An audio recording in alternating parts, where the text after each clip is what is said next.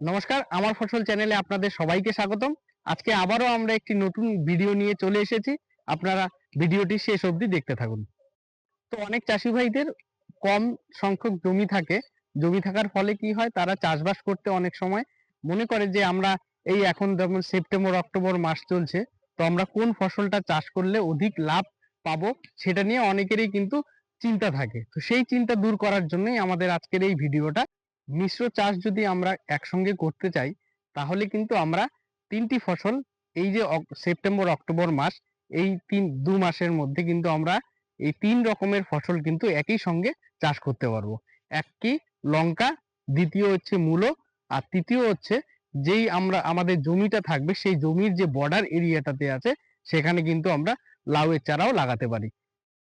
৩ রকমের ফসলের মধ্যে প্রধান ফসল হিসাবে আমাদের কিন্তু লঙ্কাটা থাকবে। কারণ কি লঙ্কাটা আমরা ৪-৫ মাস অবধি কিন্তু ফল ছিঁড়তে পারবো। আর মূলোটা হতে সময় লাগবে ৪০ থেকে ৪৫ দিনের মধ্যে কিন্তু আমরা মূলোটা বাজারে বিক্রি করতে পারবো। এবং যে বর্ডার এরিয়া গুলোতে যে লাউ চাষটা থাকবে সেটা কিন্তু আমরা ডগা বিক্রি করতে পারবো। সেটারও ওই উম সময়কাল থাকবে ১ থেকে ১.৫ মাসের মধ্যে কিন্তু আমরা সেই ফসলটাও তুলে নিতে পারবো। একটি লঙ্কার চারা থেকে আরেকটি লঙ্কার চারার দূরত্ব প্রায় ২.৫ ফুট রাখবো। আর ২.৫ ফুট জায়গার যে মাঝখানের সারিটা থাকবে সেখানে কিন্তু আমরা হচ্ছে মূলো এইভাবে সারি সারি ভাবে লাগিয়ে দেব।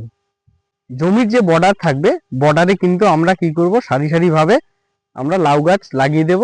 যে লাউগুলো কিন্তু আমরা ডগা হিসাবে বাজারে বিক্রি করব।